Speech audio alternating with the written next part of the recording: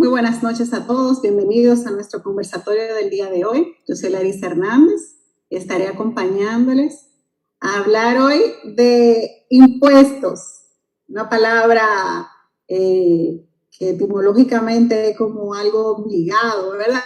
Sin embargo, es un mecanismo del Estado muy importante para que el gobierno pueda realizar sus políticas públicas en beneficio de todos nosotros, beneficio de la colectividad.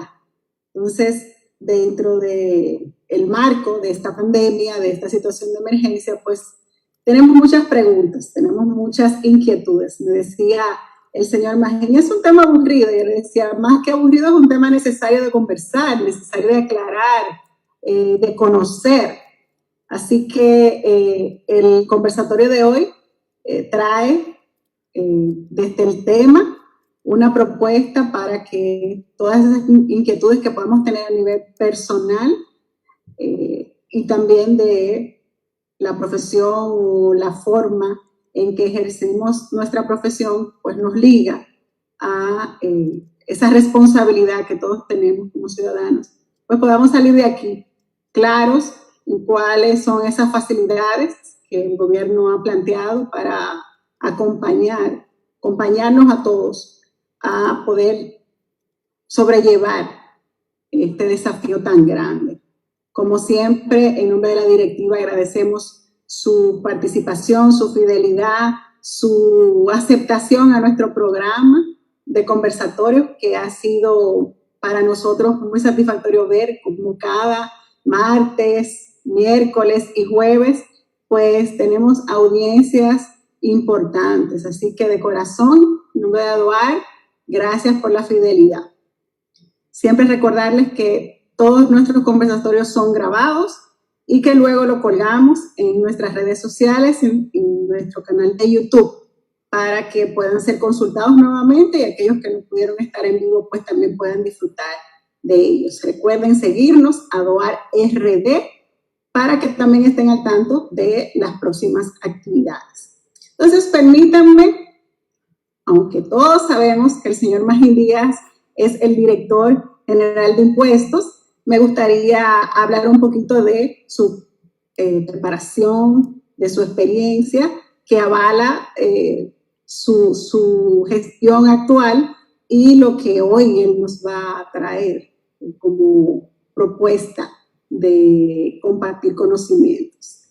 El señor Magín Díaz es profesional especializado en política tributaria y fiscal, programación macrofinanciera, economía internacional y política monetaria, y cuenta con una sólida formación en reconocidas academias nacionales e internacionales, además de varias maestrías en macroeconomía, economía financiera y posgrado en macroeconomía aplicada. Ha trabajado en los procesos de reforma fiscal y tributaria que se han realizado en el país desde el año 2002. Tiene un máster en economía por la Universidad de Chicago y una especialidad en políticas macroeconómicas de la Universidad de Harvard. Es ingeniero industrial del Instituto Tecnológico de Santo Domingo. También ha hecho cursos especializados en diferentes universidades, Columbia, Manchester, Sao Paulo y el Centro de Estudios Monetario y Financiero del Banco de España. Además de eso, ha hecho especializaciones en política fiscal del Fondo Monetario Internacional, en macroeconomía para el desarrollo de la Comisión Económica para América Latina y el Caribe, CEPAL, y modelos para evaluación de pobreza y desigualdad en el Banco Mundial, entre otros. Así que todo ese bagaje de experiencia y conocimiento, pues hoy lo vamos a tener aquí disponible para compartir y consultar. Como siempre, decirles que a través del chat de Facebook nos podrán hacer llegar sus preguntas y con mucho gusto, tanto yo como el equipo de ADOAR, pues nos vamos a encargar de que el señor Magín pueda contestarles. Así que, señor Magín, de verdad, muchas gracias por aceptar la invitación, por estar aquí con nosotros, y le abro su espacio para que nos comente sobre todas estas facilidades que tiene en la DGII en este momento que tanto necesitamos facilidades.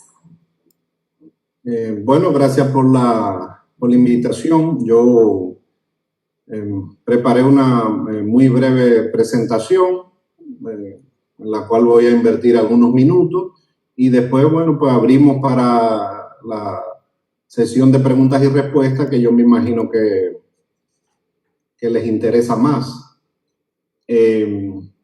Como ustedes saben, desde la tercera semana de marzo ya el país declaró un estado de emergencia,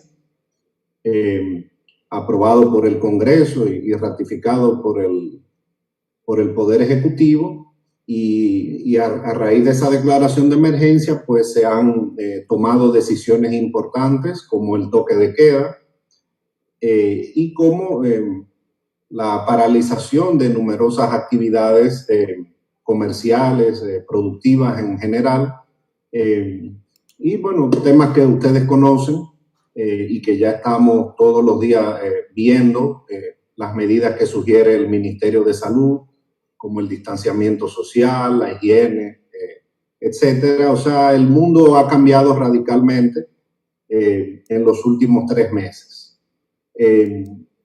Como antecedente, esto es una crisis muy compleja, porque es una de las pocas crisis que todos los países del mundo al mismo tiempo la están atravesando. Yo creo que ayer estaba leyendo que solamente en la Antártica es el único lugar del mundo en que el virus no ha llegado. Es decir que el virus está en todo el mundo y eso ha generado una crisis de salud y una crisis económica al mismo tiempo en casi 200 países. Eso no había pasado nunca. En las crisis anteriores, pues una parte del mundo entraba en crisis y otra no. Algunas veces eran los países en vías de desarrollo, otras veces los países desarrollados, pero esta es una crisis en que todo el mundo al mismo tiempo está en crisis. Y como yo mencioné, es una crisis, en primer lugar, sanitaria, el tema de salud es lo primordial, pero eso ha generado, por las decisiones que ha habido que tomar de paralizar la actividad económica, una crisis económica. Y es una crisis muy compleja de manejar para todos los países, porque es una crisis que conjuga los dos factores. Por un lado, los gobiernos básicamente ordenaron a la producción que se parara, cierre sus empresas, y esto es lo que se llama un choque de oferta, donde el gobierno le dice a las empresas: usted no puede operar porque su salud está en riesgo, cierren por un tiempo. Pero no es tan fácil como que la economía se va a recuperar cuando digan abran, porque va a haber un problema de demanda. Hay sectores, por ejemplo, los restaurantes, el turismo, que no se van a recuperar con el hecho de que el gobierno diga que se abren, porque mucha gente no va a querer viajar, por ejemplo, mucha gente no va a querer ir inmediatamente a restaurantes o a gimnasios o a bares. O sea, y hay mucha gente que ha perdido su empleo y no tiene el dinero para consumir como consumía antes. Entonces, cuando se conjugan las dos cosas, es muy complejo de manejar y no hay muchos precedentes en la historia económica mundial. Inmediatamente desde que se anunció el estado de emergencia, pues el gobierno, no solamente aquí, sino en todo el mundo, han tenido que anunciar los gobiernos pues medidas para ayudar a las personas. La primera medida, evidentemente, es el aumento en gasto en salud. Hay que gastar más en hospitales, en médicos, en enfermeras, en equipos médicos, para que el sistema de salud pueda recibir la cantidad de personas que se van enfermando. Pero muchas personas han quedado sin empleo, han sido suspendidas de sus empleos, y otras del sector informal no pueden salir a la calle o pueden salir mucho menos y se han quedado sin ingreso. Entonces rápidamente el gobierno creó 2 programas para tratar de garantizar un ingreso en la medida de lo posible a esas personas. Son los programas que ustedes conocen de Quédate en Casa y el programa FASE, que es uno de los países que ha podido implementar programas de asistencia social en un tiempo tan rápido. Fíjense que esos programas se crearon en menos de 2 semanas y están beneficiando ya a más de 1 millón de personas, a los cuales se le está pagando ya sea por la tarjeta Solidaridad o con la cédula. Y eso es para tratar de aliviar un poco a todos esos hogares afectados. El gobierno pues ha tenido que salir a buscar cómo pagar eso, porque los ingresos del gobierno están cayendo, como yo voy a explicar. Para eso ha recurrido al Banco Central, ha recurrido a emitir bonos, ha recurrido a deuda externa con los organismos internacionales, como el Fondo Monetario, el Banco Mundial, y otros aportes como el que hizo IDOPRIL para financiar el gasto, porque en estas crisis el gobierno tiene que aumentar el gasto en salud y en asistencia social, y para eso tiene que endeudarse.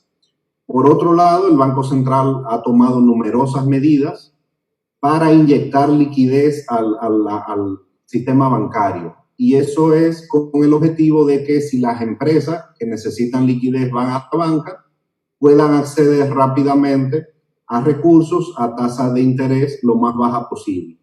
Y creo, no es mi tema, pero creo que ya la inyección de liquidez va por 50,000 millones de pesos. Eso son medidas que ha hecho el gobierno en general. Ahora la DGI obviamente maneja casi todo el tema tributario. Nosotros somos responsables de recaudar el 75% de los ingresos del gobierno. Y evidentemente esta crisis pues ha afectado a todos los contribuyentes, y a partir del 18 de marzo empezamos a anunciar una serie de medidas para aliviar la carga al contribuyente que o ha tenido que cerrar o no puede operar o simplemente no tiene para pagar los impuestos. Han sido un conjunto de medidas como prórrogas, acuerdos de pago, medidas de facilitación, porque nuestras oficinas están cerradas, así que hemos tenido que digitalizar algunos servicios que no estaban digitalizados. Y por eso, como yo mencioné hace un momento, pues las recaudaciones están cayendo. Están cayendo por 2 razones. Uno, porque cae la actividad económica, y eso hace que la gente, al no consumir, pues no paga menos ITEVI, paga menos impuestos selectivos a las bebidas alcohólicas, paga menos impuestos en los combustibles, porque las empresas están paradas, los carros en una gran parte están parados o no circulan como antes.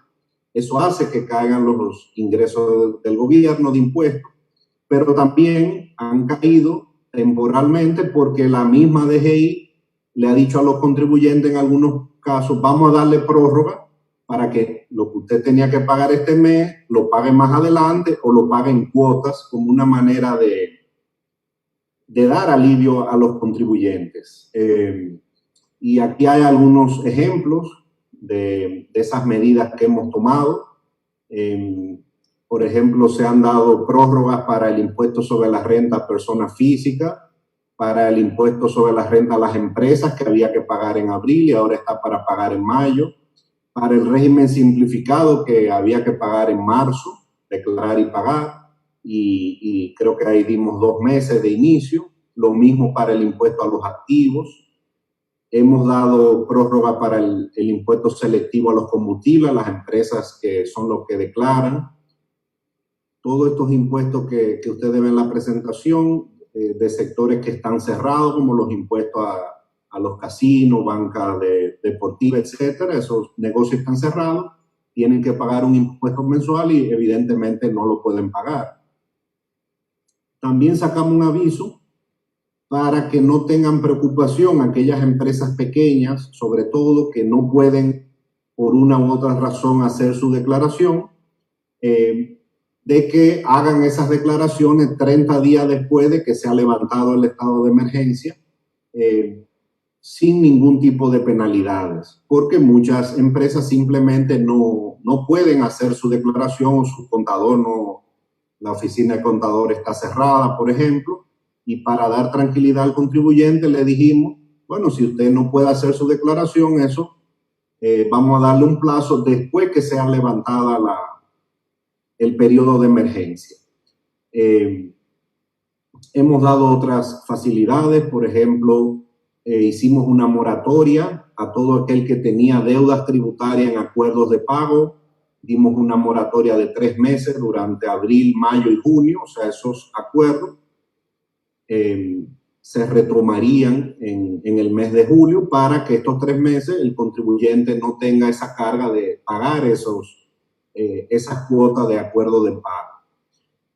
Una de las más importantes que abarca a casi el universo de las empresas es que se dio la exención del anticipo que había que pagar en el mes de abril y también se dio en el mes de mayo. El anticipo hay que pagarlo los días 15 y se dejó exento del anticipo a casi la totalidad de las empresas en los meses de abril y mayo y probablemente, con bastante probabilidad, se hará en junio, porque el estado de emergencia sigue durante el mes de mayo y seguirá unos días más. Ya vi hoy que el Congreso aprobó, el Senado, una extensión y la Cámara de Diputados pues probablemente también apruebe, así que muchos negocios seguirán cerrados durante unos días más o unas semanas más. Entonces en junio se anunciará nuevamente la exención del anticipo. También se han dado facilidades para las grandes empresas que son las que pagan el impuesto a los alcoholes, el impuesto selectivo al cigarrillo, telecomunicaciones. Para la declaración del impuesto sobre la renta a las empresas se va a dar un acuerdo automático de pago en 4 cuotas, que eso nunca se había hecho, porque cuando usted declara el impuesto sobre la renta en el mes de abril, usted tiene que pagar. Y ahora, cuando usted vaya a declarar, automáticamente el sistema le va a ofrecer 4 cuotas para que lo pague mensualmente sin ningún tipo de penalidad. Y lo mismo hicimos con el ITEVIS. En el mes de marzo, de marzo y de abril, se dieron cuotas. Durante el mes de marzo, ese ITEVIS 4 cuotas, el mes siguiente 3 cuotas, para dar un alivio de caja a las empresas que sabemos que no necesariamente cobran el ITEVIS durante el mes calendario, sino que a veces toman 2 o 3 meses para cobrar, de manera tal de que tengan esa facilidad de caja. Es decir, que hemos tratado, dentro de la potestad que tiene la DGI y en el marco de esta situación de emergencia, de dar el mayor alivio tributario a las empresas, la mayor cantidad de facilidades para que el tema tributario no sea una carga adicional a la carga que ya representa la pandemia, el problema de salud en el país. Y hemos tomado muchas otras medidas, por ejemplo, con los hoteles, que tenemos acuerdos de tributación con el sector hotelero, todo eso se suspendió. Por ejemplo, facilidades que da la DGI como carnet de exención que vencían, pues todo eso automáticamente se ha mantenido. Extensión para el tema de las placas de exhibición, por ejemplo. Es decir, estamos tratando de tomar la mayor cantidad de medidas para que el contribuyente no tenga que preocuparse por estar haciendo este tipo de trámites. Tenemos nuevos servicios digitales. Una de las fortalezas de DGI es que es una de las instituciones del país que más utiliza la tecnología y todavía quedaban unos cuantos servicios que no estaban disponibles a través de las vías digitales y lo pusimos disponible. Por ejemplo, la rectificativa de ITEVIS se pueden hacer, las emisiones de certificaciones para personas jurídicas de inmuebles, son muy importantes para las empresas que van a tomar préstamos. La renovación de marbete, por ejemplo, a través de la página web. Es decir, estamos tratando de hacer la mayor cantidad de cosas a través de las vías virtuales. Y la DGI ahora mismo está ofreciendo casi todos sus servicios de manera virtual, porque todas nuestras oficinas están cerradas en el país. Tenemos más de 40 oficinas y ahora mismo estamos ofreciendo casi todos los servicios trabajando en línea, ya sea a través del correo electrónico, del centro de contacto, etcétera. Tenemos ahí en la presentación las vías en que se pueden comunicar con nosotros. Hemos mantenido el centro de contacto para las personas que llamen. En la página están las direcciones de correo electrónico y los teléfonos de cada administración local, que son las más de 40 oficinas que tenemos en el país, las redes sociales, la oficina virtual que está 24 horas. Es decir, que la DGI ha asumido un rol de tratar de facilitar lo más posible la carga del contribuyente que ya tiene encima el tema de la pandemia, muchas personas que han sido suspendidas de sus trabajos, esta gran incertidumbre que existe por las medidas que se han tomado en el mundo entero, pues no queremos que el tema impositivo sea una carga adicional. Eso evidentemente implica que los ingresos caigan, eso es lo que tiene que pasar, y ya se irán recuperando en la medida en que la actividad económica se recupere, que es lo que esperemos que pase lo más pronto posible. Yo creo que esto resume cuál es la situación, cuál es el contexto. Nosotros hemos publicado toda esta información a través de avisos que lo estamos dando a conocer a los contribuyentes por diversas vías. La principal es la página web, pero no es la única, las redes sociales también, pero además estamos siempre recibiendo la retroalimentación en esta coyuntura y las inquietudes de todos los contribuyentes que nos contactan, y cada caso particular estamos tratando de dar el mismo servicio que dábamos de manera presencial. Yo creo que la inversión que ha hecho la DGI en los últimos años, o desde su creación, digamos, en tener una de las mejor infraestructura tecnológica, se está viendo el resultado. La DGI sigue funcionando. Más de casi 3/4 partes de nuestros empleados están trabajando de manera remota con sus laptops, muchos con acceso VPN para dar servicio al contribuyente. O sea, seguimos funcionando de la mejor manera que podamos en estas circunstancias y tratando de dar el servicio lo mejor posible. Así que con mucho gusto acepté la invitación que me hicieron y estamos disponibles para responder las inquietudes que tengan. Muchísimas gracias, señor Magín, y escuchar, ¿verdad?, del director de Impuestos Internos, que Impuestos Internos está buscando medidas para facilitarnos a nosotros, pues es muy gratificante, porque normalmente uno ve la institución como una institución muy orientada a lo que está llamada a ser a recaudar, pero que en este momento todos queremos que nos acomoden, que negocien con nosotros, ¿verdad? Entonces, nosotros siempre estamos dispuestos a negociar.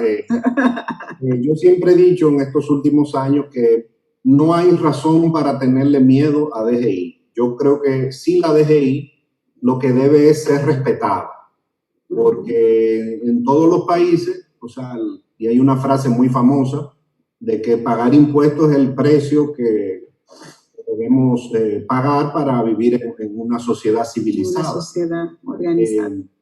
El gobierno va a cambiar en agosto, va a cambiar el presidente con toda seguridad, y ustedes verán que le van a seguir cobrando impuestos, o sea quien sea que gane. Ese es el precio de vivir en una sociedad. Podemos estar de acuerdo o no con cómo el gobierno gasta, pero sí sabemos que debe haber un gobierno mínimo, y ahí la sociedad tiene que ponerse de acuerdo cuál es ese tamaño del gobierno. Pero hemos tratado en esta gestión, que ahora el mes que viene cumple 4 años, de que la DGI sea una institución respetada, no que se le tenga temor.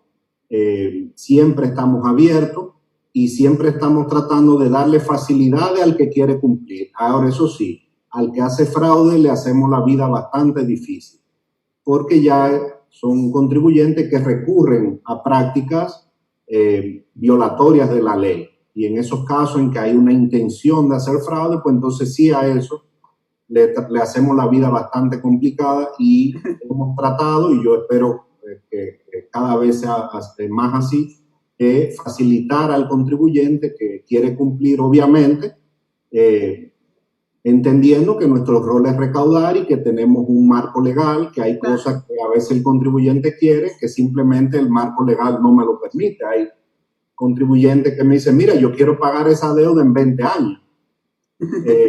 Bueno, ahí yo estaría violando la ley, por ejemplo, porque la ley no le permite a DGI hacer acuerdos a 20 años, es un plazo menor. Entonces, pero dentro de las facilidades que podamos dar, dentro del marco de la ley, la DGI siempre está dispuesta a hacer. Excelente. Entonces ya yo tengo aquí muchas preguntas, señor Magín. Vamos a ver cómo las sorteamos y vamos a ver cómo podemos interpretarlas también, porque a ver, algunas traen su contexto.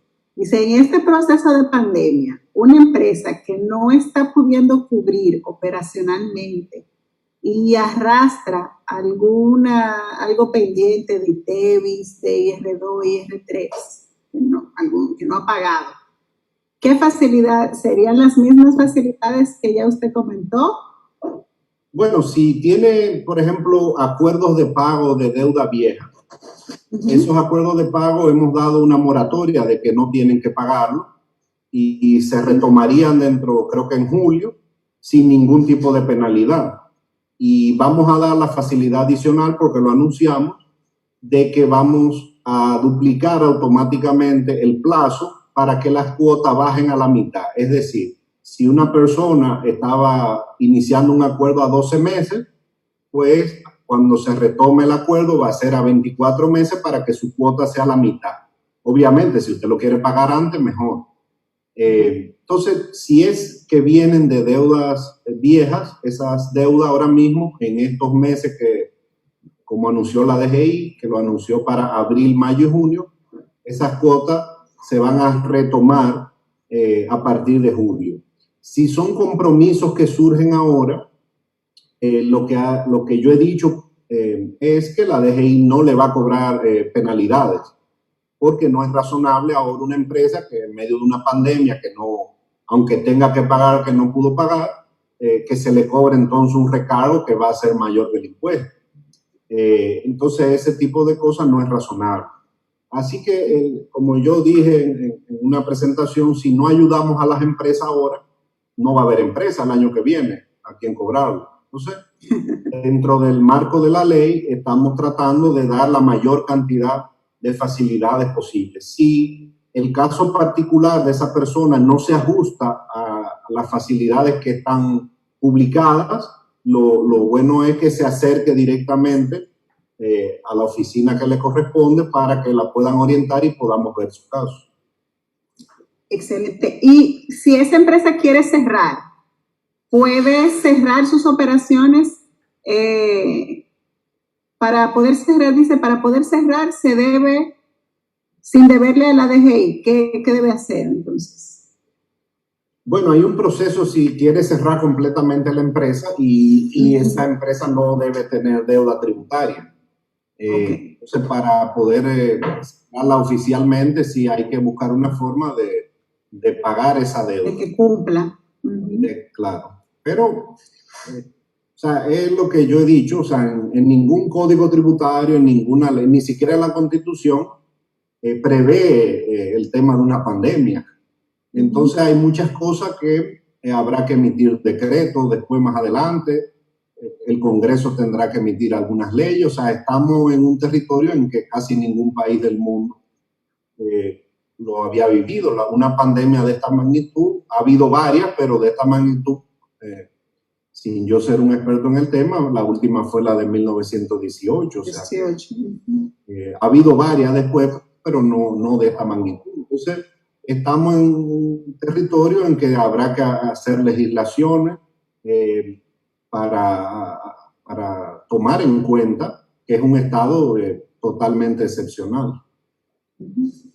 En ese mismo contexto, ¿se puede transferir un RNC a otra persona o empresa que esté dispuesta a continuar con esas operaciones de esa empresa que estaba evaluando cerrar? Eso es bueno que hable con nuestro departamento de registro, a ver qué es lo que quiere hacer. Como yo dije, la DGI está funcionando. Si buscan en nuestra página todos los canales, todas nuestras áreas, incluyendo la de registro, están funcionando. Siempre para un director es muy difícil responder un caso particular en este tipo de foros, porque cada caso tiene sus particularidades. Entonces, yo corro el riesgo de decir una respuesta incorrecta porque no sé cuál es el caso, por qué usted quiere cerrar, por qué la otra empresa por qué quiere hacer ese traspaso de ese RNC. Habría que ver. Por eso es que en la DGI siempre es bueno, aunque a veces van las asociaciones, y es bueno que vayan. Yo hablo con todas las asociaciones, por ejemplo, las pymes y la IRD, que abarcan empresas grandes o asociaciones de pequeñas empresas, pero al final los casos tenemos que verlo individualmente, porque cada empresa o cada contribuyente tiene su realidad que habría que analizar en el marco de la ley y de los procedimientos que tenemos nosotros. Así es. ¿Cuál es el plazo mayor que otorga la DGI para realizar un acuerdo de pago? Bueno, el plazo que está contemplado en la ley máximo es de 12 meses. Okay.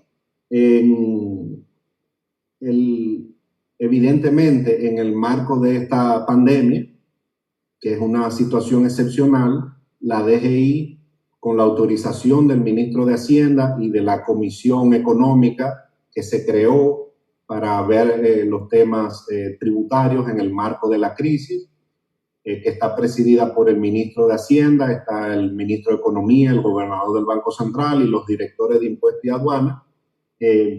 Tomamos la decisión de aquellos acuerdos vigentes para dar un alivio al contribuyente, se le van a duplicar el plazo. O sea, si a usted le quedaban 6 cuotas, pues eso se va a convertir en 12 cuotas. Si le quedaban 10, pues se va a convertir en 20 sin penalidad. Pero eso es una situación excepcional. Pero en general, la ley lo que le permite a DGI son acuerdos de hasta 12 meses. Bien. ¿Cómo manejo el ISR si estoy acogida tanto a fase 1? Hay preguntas parecidas, se las estoy poniendo en una. Acogido a fase 1 o a fase 2, porque cada institución da una respuesta distinta. Es decir, la TCS dice algo y la DGI dice otra cosa. Bueno, nosotros sostuvimos varias reuniones con la TCS y a raíz de eso publicamos un aviso la semana pasada, donde nosotros entendemos que ese aviso fue consensuado con la TCS, lo discutimos con las principales asociaciones de contadores, de asesores fiscales, y entendemos que con eso se le da solución. Yo, cuando termine aquí, te voy a mandar exactamente el número de ese aviso para que lo distribuya entre los mismos. Y a raíz de eso, la retroalimentación que hemos obtenido es que con eso ya quedaba bastante aclarado cómo hacer los registros entre la TCS, la DGI, cómo se hacían los registros para los empleados suspendidos. De acuerdo. Las empresas que generen impuestos a los activos en su declaración IR2, ¿se le otorgará un pago en varias cuotas en lugar de las 2 acostumbradas? Lo estamos evaluando y yo entiendo que la semana próxima vamos a hacer un anuncio al respecto. Yo diría ahora que es muy probable, yo creo que es razonable, como el gobierno decidió enviar al Congreso una nueva extensión de la emergencia, pues vamos a esperar esta semana que aprueba el Congreso. Pero claramente, pues, muchas empresas desde el 18, 19 de marzo, pues no están operando, ha cambiado mucho la coyuntura. Y la próxima semana nosotros haremos de lunes a martes algún anuncio de cuál va a ser la facilidad que vamos a dar con el impuesto a los activos. Estén atentos entonces, señores, a las noticias que vayan a salir de la DGI. Esta pregunta tiene un marco un poquito largo. Dice, ¿se está viendo medidas que se han inyectado fondos a las empresas y a los empleados? Lo que me preocupa es el préstamo al FMI, debido a que por experiencia uno de los acuerdos es el aumento de los impuestos y tendremos un año fiscal irregular. Y los empleados no podrán pagar más impuestos directos e indirectos. Cuando pase todo, tendremos reformas impositivas que nos puedan llevar al desempleo y a canastas familiares elevadas. ¿Cuáles son las medidas a largo plazo que ustedes implementarán para asegurar nuestra estabilidad económica? Es una pregunta con un contexto grande, pero resumiendo, sí. Esa persona, la inquietud que tiene es que los acuerdos con el Fondo Monetario generalmente llevan atados condiciones. Y esas condiciones en el pasado pueden incluir reformas tributarias. Por ejemplo, la última vez que aquí se aumentó la tarifa eléctrica en el año 2011 fue a raíz de una condición que puso el FMI para hacer un desembolso. O sea, el Fondo Monetario opera, y así operan casi todos los organismos internacionales, dan préstamo al país a cambio de que el país haga algunas reformas que pueden ser tributarias o pueden ser en el sector eléctrico o en distintos sectores, no solamente sectores como el tributario y el eléctrico, puede ser el sector salud o el sector de transporte, como una forma de que el organismo trata de asegurarse de que la economía a largo plazo va a mejorar. Sin embargo, en esta ocasión el FMI hizo un desembolso en un tiempo récord y a la fecha, este año ya van más de 100 países a los cuales el FMI le ha desembolsado préstamos, porque es una coyuntura muy compleja y el Fondo Monetario por mucho es la institución financiera internacional, fue un préstamo de rápido desembolso. Y bajo ninguna circunstancia en este año habrá reforma tributaria ni de ningún tipo, porque no hay ningún tipo de condiciones para subir impuestos, ni mucho menos. Lo que hay es que sobrepasar la crisis de salud lo mejor posible. Ningún país estaba preparado. Yo he oído críticas que se hacen muy alegres de que el sistema de salud no estaba preparado. Bueno, no estaba preparado en Europa, no estaba preparado en Asia, no estaba preparado en Estados Unidos. Los países más ricos se han visto en algunos casos arrodillados, como el caso de Italia, el caso de España. Y lo que está pasando en Estados Unidos es serio. O sea, no es un tema de que los países ricos sí estaban preparados y nosotros no. Y otros países no lo estaban. Así que es una crisis muy compleja y el Fondo Monetario ha puesto a disposición de los países dinero de rápido desembolso sin ningún tipo de condicionalidad. Pero eso yo lo estoy respondiendo porque conozco el tema, porque no es tema de DGI. Pero muy buena pregunta. Sí, déjame ver. Hay algunas que usted ya respondió. Bueno, pero otra cosa que ahí preguntaba, es un buen, vamos a llamarle comentario, más que pregunta. Ajá. Es, yo no puedo hacer nada de largo plazo, porque quien puede hacer cosas tributarias es el Congreso.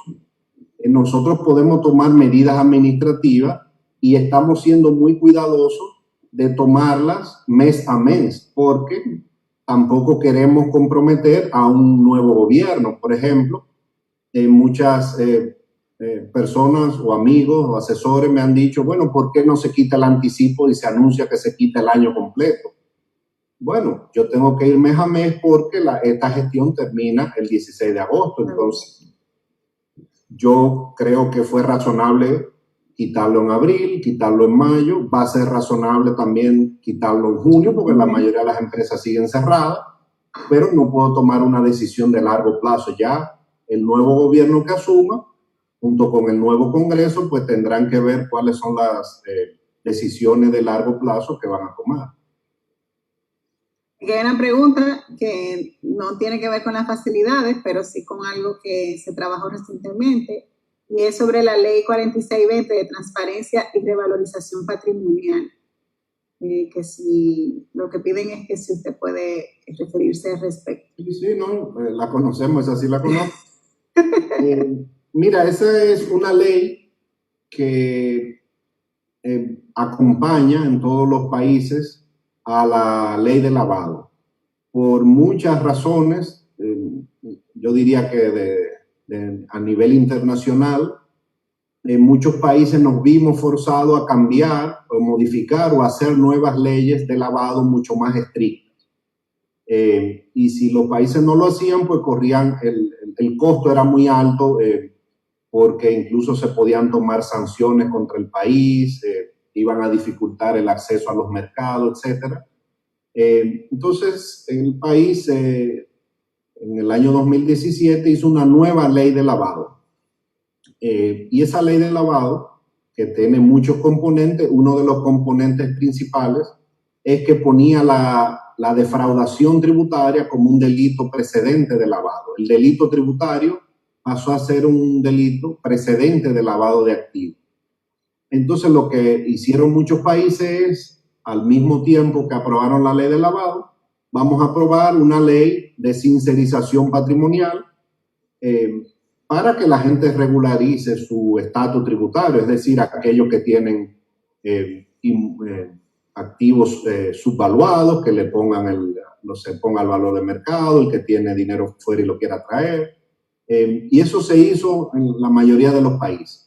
Y nosotros pues tardamos un poco más, pero a principios de este año se aprobó por fin esa ley. Y justamente en el mes de marzo íbamos a emitir la norma que acompaña la ley, que es como el reglamento o el instructivo.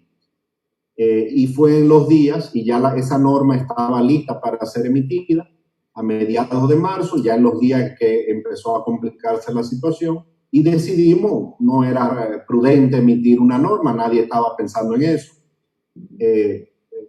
Así que la tenemos lista, pero no la hemos emitido, y eso hace que la ley no entre en vigencia, porque la ley manda a que la DGI emita la norma correspondiente. En adición, ante el estado de emergencia, el Poder Ejecutivo dictó un decreto que dice que todos los plazos administrativos quedan congelados, hasta de todo tipo, hasta que termine la emergencia.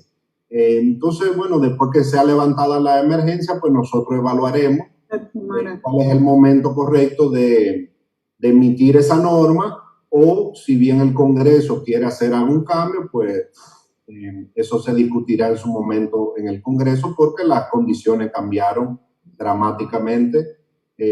Son muy diferentes las condiciones ahora a cuando se aprobó la ley a principios de año. Muy bien.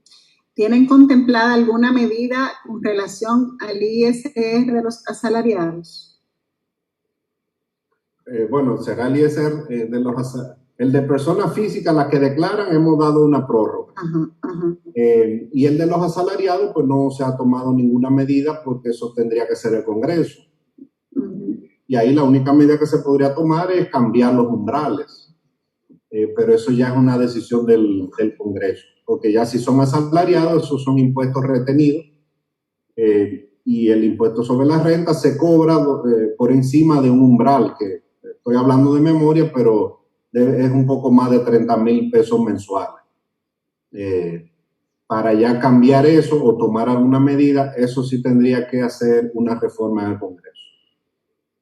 ¿Se contempla otra prórroga para la presentación de la declaración de las empresas que cierran en diciembre?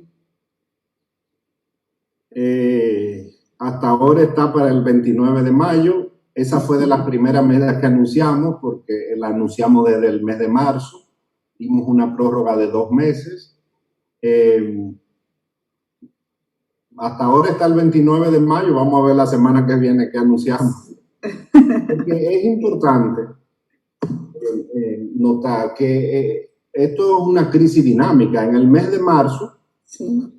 Sabíamos que había que dar un alivio rápido, que no se iba a poder declarar en abril, pero no sabíamos, nadie sabe cuánto iba a durar el toque de queda, por ejemplo, o las disposiciones que cierran la mayor cantidad de empresas. Entonces, por eso es que semanalmente hemos ido o mensualmente tomando las medidas pertinentes. Lo que no vamos a hacer es tomar una medida que perjudique. Si el estado actual se mantiene durante el mes de mayo, pues lo más razonable sería dar una prórroga y eso lo estamos evaluando. ¿Existe alguna prórroga para la declaración de los gastos educativos? Ya eso pasó. Ya pasó. Ya pasó y todo el que se acogió. Ya. Eso pasó antes del 18 de marzo, exactamente. Yo voy a tratar de interpretar esta pregunta porque no me queda muy claro. Pero ¿qué pasará con los anticipos que están pendientes de la declaración del 2018 y que se van a juntar con la del 2019? Hay varias cuotas que se cruzarán con la nueva y las empresas no están en capacidad de asumir ambas al mismo tiempo. Mira, nosotros no vamos a permitir que se junten cuotas, no debe pasar. Haremos los ajustes que sean necesarios. Hasta ahora no hemos, lo que hemos dado con los anticipos es exención. Es decir, que el que usted dejó de pagar ahora no lo va a tener que pagar más adelante. Ahora, los nuevos anticipos se deberían generar con la declaración que se haga en mayo. Si no se hace esa declaración en mayo y damos una prórroga, por ejemplo, no hay nuevos anticipos calculados, pues ahí dictaremos alguna medida, por ejemplo, durante esa transición se siga pagando el mismo anticipo, por ejemplo. Buscaremos una fórmula que no perjudique al contribuyente, pero no que se le acumulen varias cuotas de anticipo. Pero eso no son problemas difíciles de resolver. Si hay una prórroga ahora, pues le buscaremos una salida para el anticipo de los meses siguientes. Iniciación una empresa que debe estar cerrada, hace delivery. ¿Cómo presentará estos ingresos? Pero igual que presenta, porque las empresas es un ingreso y si la empresa está operando, es una empresa formal, esos ingresos tienen que ser registrados y tienen que declarar igual que siempre. Y simplemente para muchas empresas que están cerradas, lo que ha cambiado es que si el delivery representaba un 10% de sus ingresos, pues ahora va a ser casi un 100% si está operando con delivery, que hay algunas que están operando con delivery. Entonces, va a tener que declarar sus ingresos y nosotros no tenemos que ver con si fue porque abrió la forma esencial o no. Simplemente ha sido una forma de mantener los ingresos. Yo entiendo que las empresas que están operando con delivery es porque el gobierno le aprobó, la comisión que dirige el ministro Montalvo ha aprobado caso a caso empresas que pueden seguir operando con delivery. ¿Sí? ¿Contempla la DGI y eliminar el impuesto al ahorro?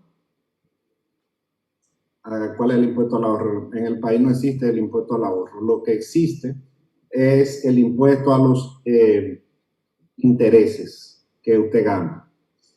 Y no es la DGI que lo pone ni lo quita, es el Congreso.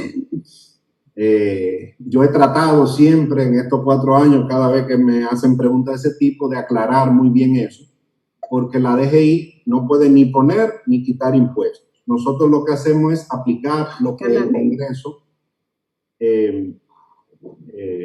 aprueba o nos instruye.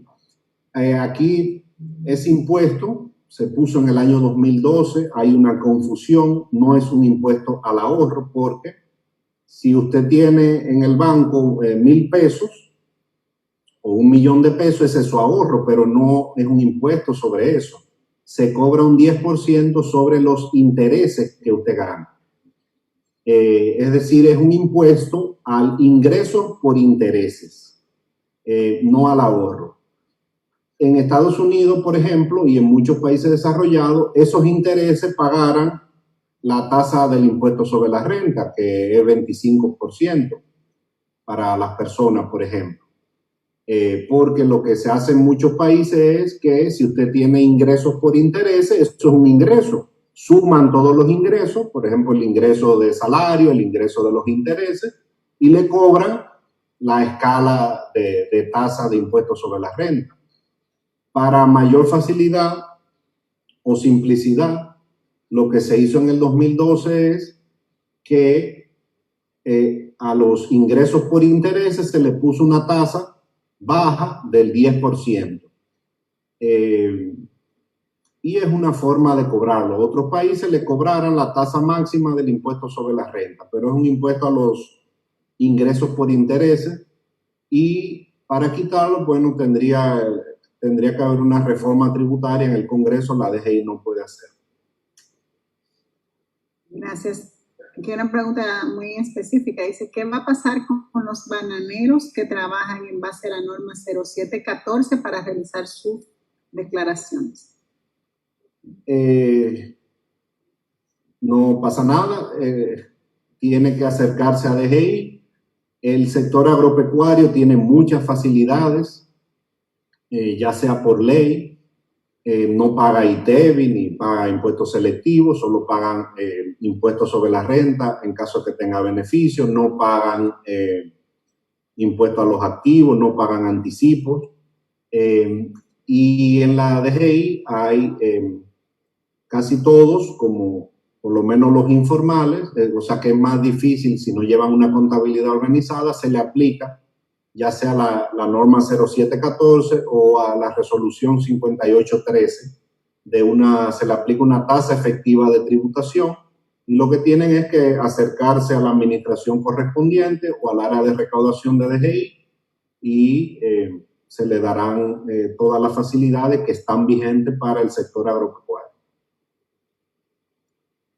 Por tema de tiempo, esta sería la última pregunta ya para ir concluyendo. Dice, ¿cómo deben ser presentados los ingresos en el IT1? ¿En base a los comprobantes fiscales generados o en base a los consumos?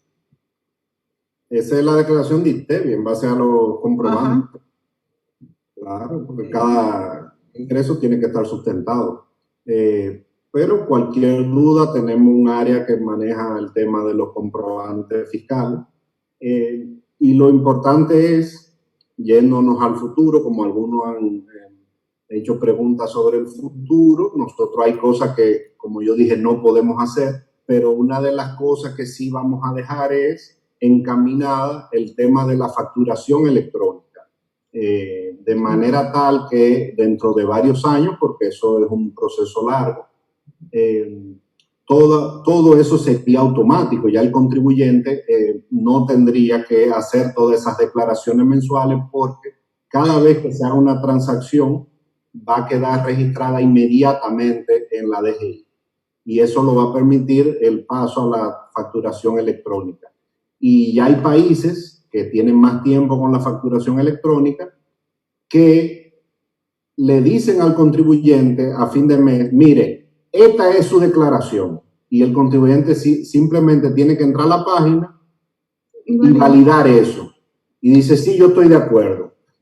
Eso ya lo está haciendo Chile, y nosotros estamos montando el sistema de factura electrónica para que en el futuro lo hagamos así, de manera tal que sea la institución que le haga la declaración al contribuyente, y el contribuyente solo tiene que ver si hay algún error o si no está de acuerdo.